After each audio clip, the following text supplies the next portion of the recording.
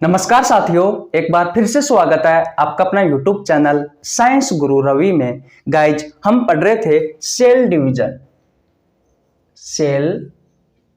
Division, कोशिका विभाजन। Guys, कोशिका विभाजन की 2 क्लास कंप्लीट हो गई है। अब तक आपने 2 क्लास नहीं देखी है तो आपको नीचे लिंक डिस्क्रिप्शन में मिल जाएगा, आप जाकर चेकआउट कर सकते हैं। गाइज, सबसे पहले हम बात करते हैं कि भैया हमने इन 2 क्लासों में क्या क्या पढ़ा।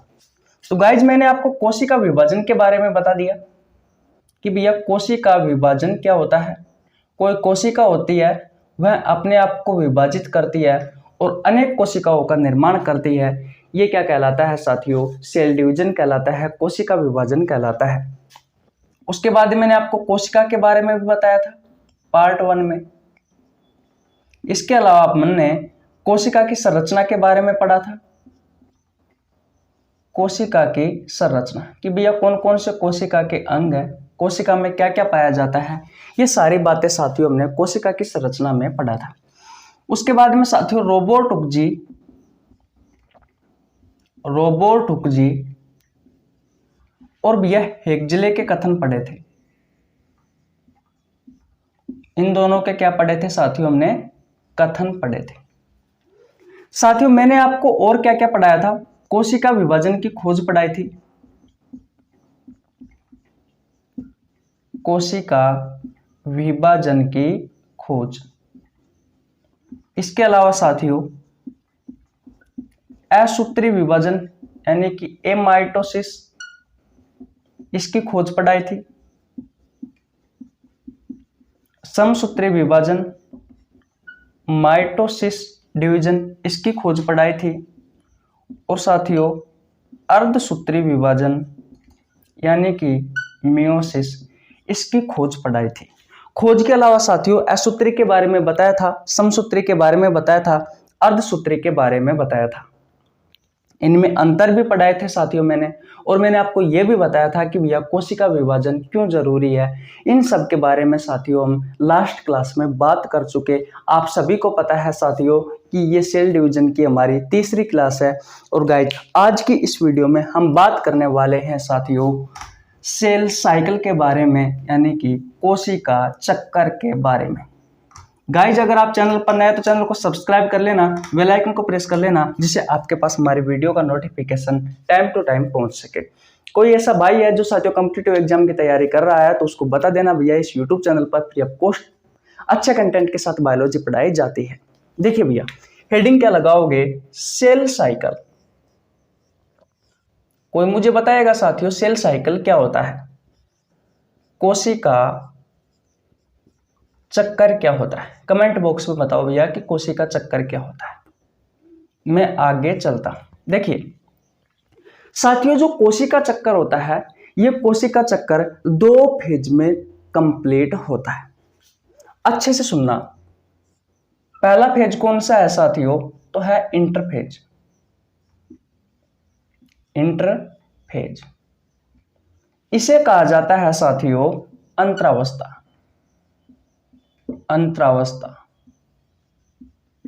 और साथियों जो दूसरा फेज है भैया सेल साइकिल का, यानी कि कोशिका चक्कर का, वो है साथियों एम फेज,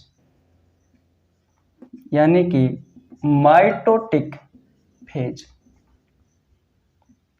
हिंदी में कहा जाता है विभाजन प्रावस्था।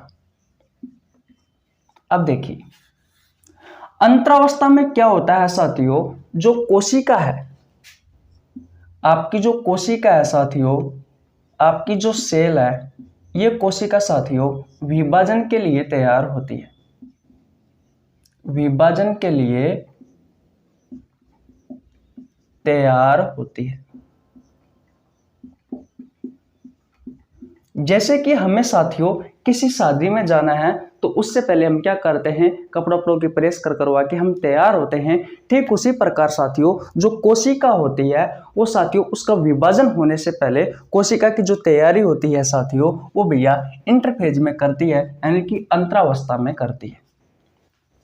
बोलो, पहली बात क्लियर है। और साथियों जो दूसरा फेज है एम फेज है साथियों, जिसे आप माइटोटिक फेज या विभाजन प्रावस्था कहते हो। इसमें क्या होता है साथियों, आपकी जो कोशिका होती है, इस कोशिका का क्या होता है साथियों, विभाजन होता है। इस कोशिका का क्या होता है साथियों, विभाजन होता है। सबसे पहले मुझे ये बताओ साथियों कि आपको ये बात समझ में आई या नहीं आई, बताओ भैया, क्या मेरे द्वारा बताई हुई बात आपको समझ में आई या नहीं आई। साथियों सेल साइकिल क्या होता है, अभी इसके बारे में आपको पता लग जाएगा, धैर्य रखिए। जैसे जैसे ये साथियों मैं आगे बढ़ता जाऊंगा आपको पता चल जाएगा साथियों कि सेल साइकिल क्या होता है। सेल साइकिल जो होता है साथियों, ये भैया 2 फेज में कंप्लीट होता है। पहला फेज है साथियों इंटरफेज, इसे अंतरावस्था कहा जाता है हिंदी में। इसमें क्या होता है, जो कोशिका होती है साथियों वो विभाजन के लिए तैयार होती है। बात क्लियर है। और दूसरा फेज है साथियों एम फेज, जिसे माइटोटिक फेज या विभाजन प्रावस्था कहा जाता है। इसमें क्या होता है साथियों, कोशिका है उसका विभाजन होता है। बात कंप्लीट है, ओके भैया। अब हम पढ़ते हैं नंबर 1 पर साथियों इंटरफेज यानी कि अंतरा अवस्था। स्क्रीनशॉट नहीं लिया है तो स्क्रीनशॉट ले लीजिए, ले लिया भैया, ओके।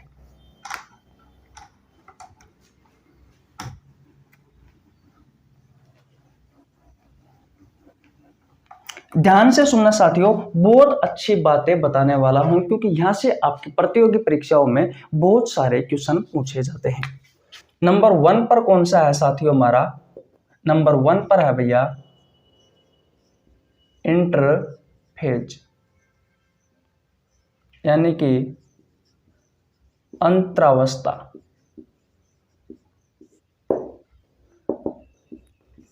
ये भी साथियों कुछ फेज है उनमें पूर्ण होता है। देखिए मुख्यतः साथियों 3 फेज है। नंबर 1 पर आता है साथियों जीवन फेज, इसे कहा जाता है साथियों प्राथमिक वृद्धि प्रावस्था। इंग्लिश में कहा जाता है प्राइमरी ग्रोथ फेज। दूसरा कौन सा है साथियों, दूसरा है भैया S phase. S phase Hindi में कहा जाता है साथियों संश्लेषण प्रावस्था, सिंथेसिस फेज। दिख रहा है आपको, ओके। और नंबर 3 पर आता है साथियों G2 फेज। दिख तो रहा है, ओके भैया। इसे कहा जाता है हिंदी में द्वितीयक वृद्धि प्रावस्था यानी कि सेकेंडरी ग्रोथ फेज। मुख्यतः साथियों इसके 3 फेज होते हैं। नंबर 1 पर आता है साथियों जीवन, नंबर 2 पर आता है एस फेज और नंबर 3 पर आता है भैया G2 फेज। जीवन को प्राथमिक वृद्धि प्रावस्था कहा जाता है, प्राइमरी ग्रोथ फेज कहा जाता है, एस फेज को संश्लेषण प्रावस्था कहा जाता है, सिंथेसिस फेज कहा जाता है और G2 फेज को द्वितीयक वृद्धि प्रावस्था या सेकेंडरी ग्रोथ फेज कहा जाता है। अब देखिए साथियों इन फेज में होता क्या है, तो जो जीवन फेज है साथियों इसमें क्या होता है, आपकी जो कोशिका होती है साथियों, आपकी जो कोशिका होती है साथियों, ये कोशिका साथियों उपापचयी रूप से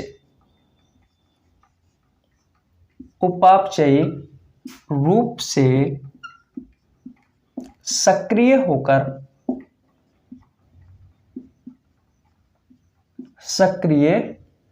रहती है, उपापचय रूप से सक्रिय रहती है और वृद्धि करती रहती है।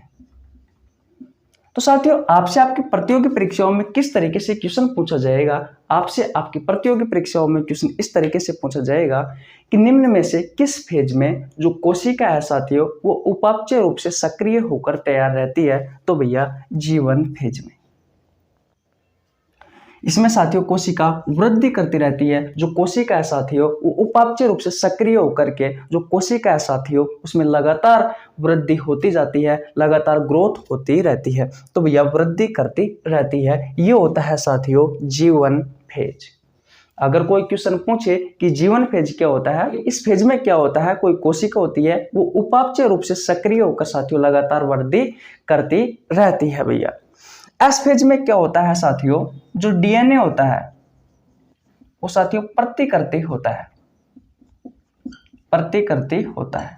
इसका मतलब क्या है साथियों कि जो डीएनए है साथियों वो भैया डबल हो जाता है, यानी कि दुगना हो जाता है, दुगना। बात क्लियर है। डीएनए तो साथियों दुगना हो जाएगा, लेकिन साथियों याद रखना इसमें गुणसूत्रों की संख्या में कोई परिवर्तन नहीं आएगा, कोई परिवर्तन नहीं आएगा। बोलो साथियों, बात आपको याद हुई या नहीं हुई? आपसे आपकी प्रतियोगी परीक्षाओं में क्वेश्चन पूछा जाता है कि निम्न में से किस फेज में डीएनए की प्रतिकृति होती है, तो भैया एस फेज में होती है, संश्लेषण प्रावस्था में होती है, सिंथेसिस फेज में होती है। आपसे आपके प्रतियोगी परीक्षाओं में क्वेश्चन पूछा जाता है साथियों कि निम्न में से किस फेज में गुणसूत्रों की संख्या में कोई परिवर्तन नहीं होता है साथियों, तो याद रखना एस फेज में नहीं होता है, संश्लेषण प्रावस्था में नहीं होता है, सिंथेसिस फेज में नहीं होता है। इसमें क्या होता है साथियों, जीवन फेज में जो कोशिका है वो उपापचय रूप से सक्रिय होकर उसमें लगातार ग्रोथ होती रहती है, लगातार वृद्धि होती रहती है। एस फेज में क्या होता है, डीएनए की प्रतिकृति होती है, डीएनए डबल हो जाता है, लेकिन साथियों गुणसूत्रों की संख्या में कोई परिवर्तन नहीं आता। अगर बात करें साथियों G2 फेज में क्या होता है, द्वितीयक वृद्धि प्रावस्था में क्या होता है, सेकेंडरी ग्रोथ फेज में क्या होता है साथियों, जो प्रोटीन है साथियों उस प्रोटीन का क्या होता है भैया, संश्लेषण होता है, प्रोटीन का संश्लेषण होता है, प्रोटीन का निर्माण होता है। मैं लिख सकता हूं प्रोटीन का निर्माण होता है। आपसे आपकी प्रतियोगी परीक्षाओं में क्वेश्चन पूछा जाता है कि निम्न में से किस फेज में साथियों प्रोटीन का संश्लेषण होता है, तो आपका राइट आंसर होगा साथियों G2 फेज, द्वितीयक वृद्धि प्रावस्था या सेकेंडरी ग्रोथ फेज। बोलो G1 पूछे साथियों तो कोशिका उपापचय रूप से सक्रिय होकर लगातार वृद्धि करती रहती है। एस फेज पूछे साथियों तो डीएनए में प्रतिकृति होता है, डीएनए दुगना हो जाता है, डीएनए डबल हो जाता है, लेकिन गुणसूत्रों की संख्या में कोई परिवर्तन नहीं आता। अगर साथियों G2 फेज पूछे तो याद रखना साथियों प्रोटीन का संश्लेषण होता है, प्रोटीन का निर्माण होता है।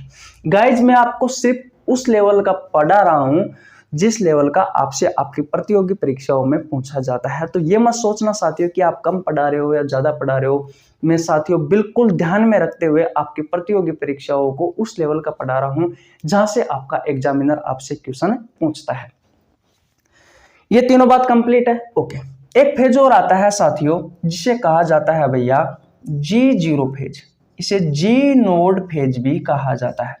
क्या कहा जाता है, G नोड फेज भी कहा जाता है।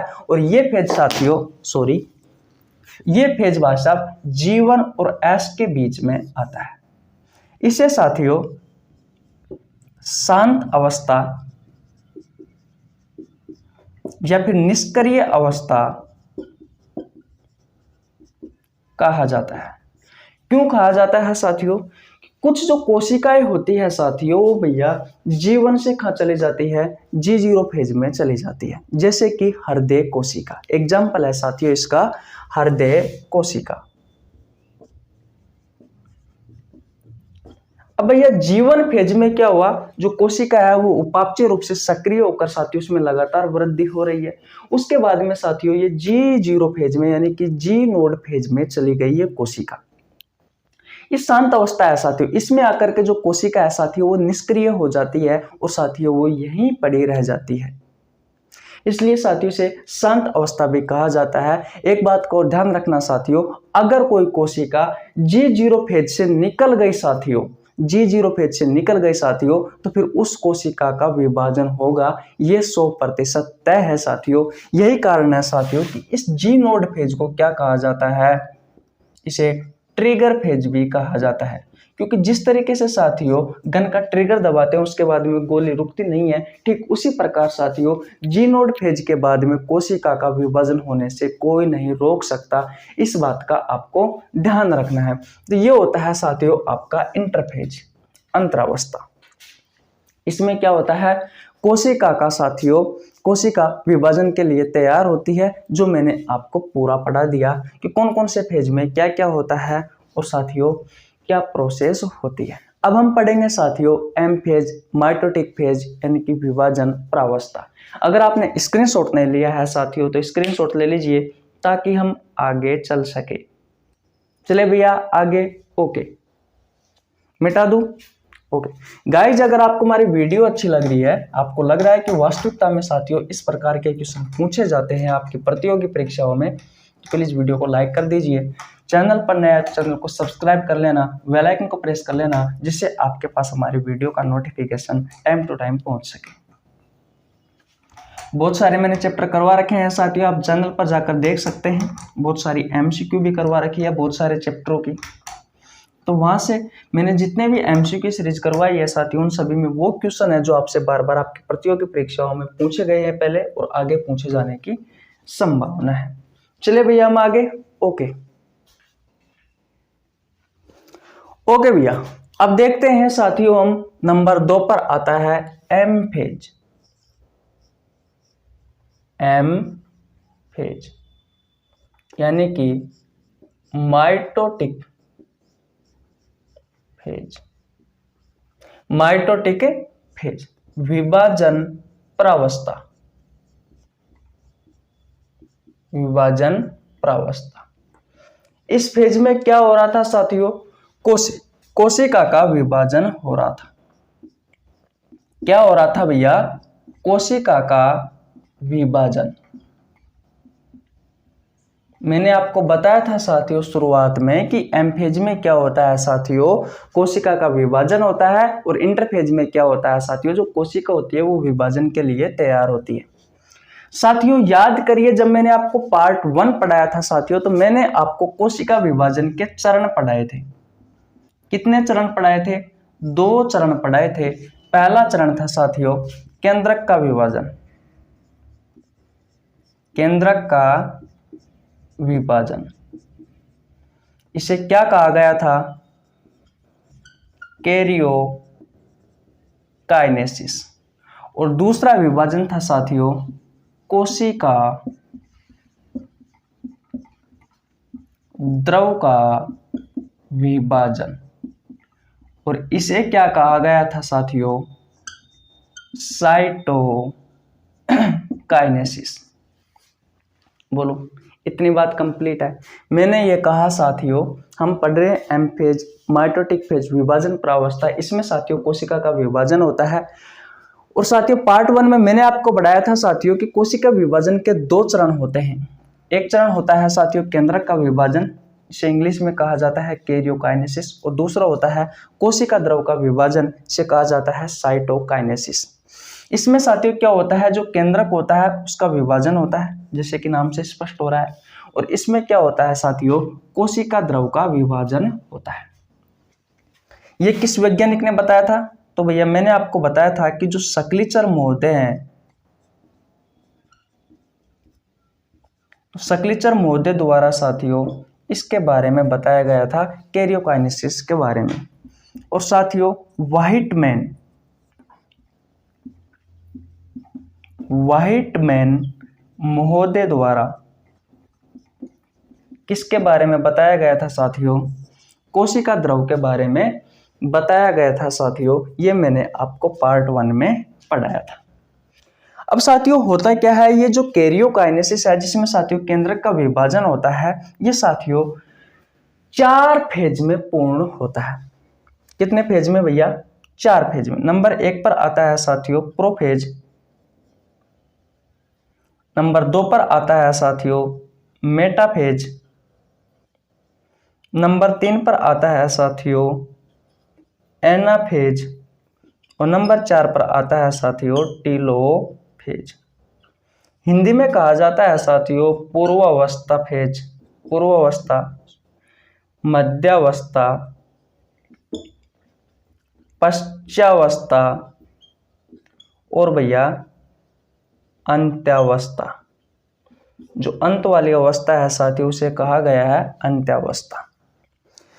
एक बात का और ध्यान रखना साथियों, ये जो प्रोफेज है, ये मेटाफेज है, ये एनाफेज है साथियों, ये जो टीलोफेज है, ये भैया असूत्री विभाजन में हम इनके बारे में नहीं पढ़ेंगे, क्योंकि साथियों असूत्री विभाजन में माइटोसिस में साथियों ये नहीं होते। बात क्लियर है। इनके बारे में साथियों हम पढ़ेंगे समसूत्री विभाजन में और भैया अर्धसूत्री विभाजन में। तो बोलो साथियों, आपको ये बात समझ में आई या नहीं आई? इतनी बात क्लियर है? ओके। अब देखते हैं कोशिका द्रव का विभाजन के बारे में, यानी कि साइटोकाइनेसिस के बारे में।